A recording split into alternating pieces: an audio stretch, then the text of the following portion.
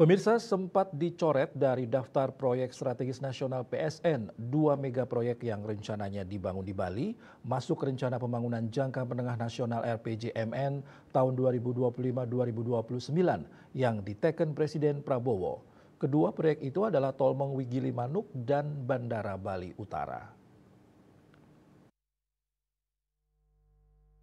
Gubernur Bali Wayan Koster yang sejak awal getol memperjuangkan proyek tol Mengwi Gilimanuk menyambut positif langkah pemerintah pusat tersebut. Menurutnya bukan sekedar urat nadi baru bagi konektivitas Bali, tapi juga jalan membuka pemerataan ekonomi Bali bagian barat yang selama ini tertinggal. Gubernur Koster mengatakan pembangunan ini penting untuk mempercepat konektivitas logistik dan pariwisata sekaligus mengurangi ketimpangan antar wilayah di Bali. Dikatakan tol sepanjang 96 km ini nantinya akan memangkas waktu tempuh dari Pelabuhan Gilimanuk ke Denpasar secara signifikan, mengurangi beban jalan nasional sekaligus mendukung pengembangan kawasan wisata baru di Bali Barat. RPJMN 2025-2029 juga menginstruksikan seluruh kementerian, lembaga, dan pemerintah daerah untuk segera menjabarkan proyek ini ke dalam rencana pembangunan jangka menengah daerah RPJMD. Dengan begitu, tahapan konstruksi diharapkan bisa segera dipercepat.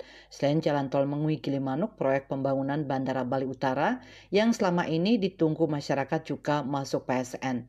Tak hanya tol Mengwi Gilimanuk, pembangunan Bandara Bali Utara juga sudah masuk RPJMN nasional. Ini bukti komitmen kuat pemerintah pusat terhadap Bali. Bandara Bali Utara sebelumnya sempat diragukan kelanjutannya, namun kini statusnya diperkuat langsung dalam Peraturan Presiden Nomor 12 Tahun 2025. Dengan masuknya kedua proyek besar ini, Gubernur Koster menilai Bali akan mengalami percepatan pembangunan yang lebih merata, terutama di wilayah utara dan barat yang selama ini tertinggal dibanding kawasan selatan.